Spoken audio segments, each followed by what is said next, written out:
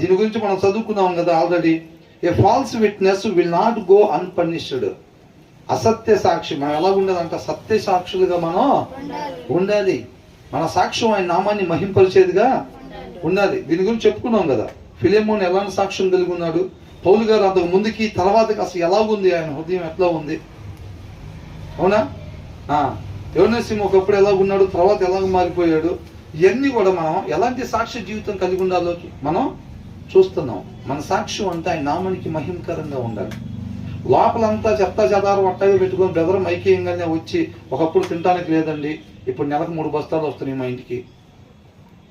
అవునా? 3 బస్తాలు వస్తే నిత్య జీవం వెళ్ళినట్టేనా, పొందుకున్నట్టేనా? అంటే అదిరా సంగతి.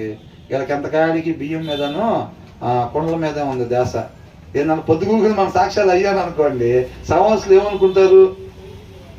పొద్దున్న లేస్తే కొండల గురించను, బట్టల గురించి, వీటి గురించే వీళ్ళ సాక్ష్యాలన్నీ. ఉద్యోగం వచ్చింది ఆయనకు, ఒకప్పుడు ఉద్యోగం లేదండి ఎప్పటి నుంచో, ఇప్పుడు ఆయనకి ఉద్యోగం వచ్చింది, ఆయన ప్రమోషన్ వచ్చింది, వీళ్ళ చూపు దాని మీద ఉందిరా అని అర్థం.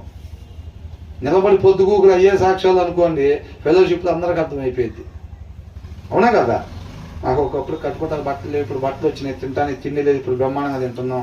ఉద్యోగాలు లేవు, మాకు ఇట్టున్నాయి, ఇల్లు లేవు, ఇల్లు కట్టుకున్నాము, వాహనం లేదు, వాహనం కొనుక్కున్నాం. మన సాక్ష్యాలు అన్నీ ఇయ్యాను అనుకోండి, అవి శాశ్వతం ఉండేయనా? ఏం లేదు. అవునా కదా? కాబట్టి మనం సత్య సాక్షులుగా మనం ఉండాలన్నమాట. అవునా? సత్య స్వరూపులో ఉన్నట్టుగా సత్య సాక్షులుగా కూడా మనం ఉండాలి. అలా ఉంటేనే, అలా లేకపోతే గనక అసత్య సాక్షులుగా, అబద్ధపు సాక్ష్య జీవితాలు మనం కలిగి ఉంటే గనక ఏంటంట? దాని ముందు శిక్ష నొందకపోడు, ఖచ్చితంగా పనిష్మెంట్ ఉండిద్ది. మనల్ని ఎవరేం చెప్తారా? ఏంటంట? మనమే సంఘ పెద్ద కదా ఇక్కడ.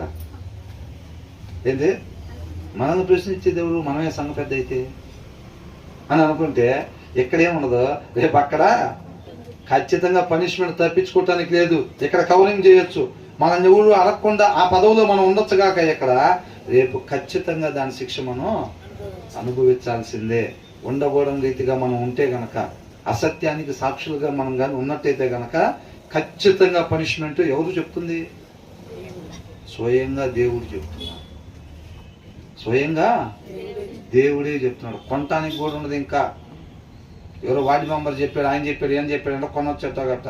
అంటే మనం చేయకూడదు, ఎవరు చేయకూడదు. నేను మనం చెప్తున్నా. ఒకవేళ అట్ట ఏముందో ఆ టైంకి వస్తే కొంటమే, అప్పుడు చూసుకుందాం అని అంటే అక్కడ మాట్లాడి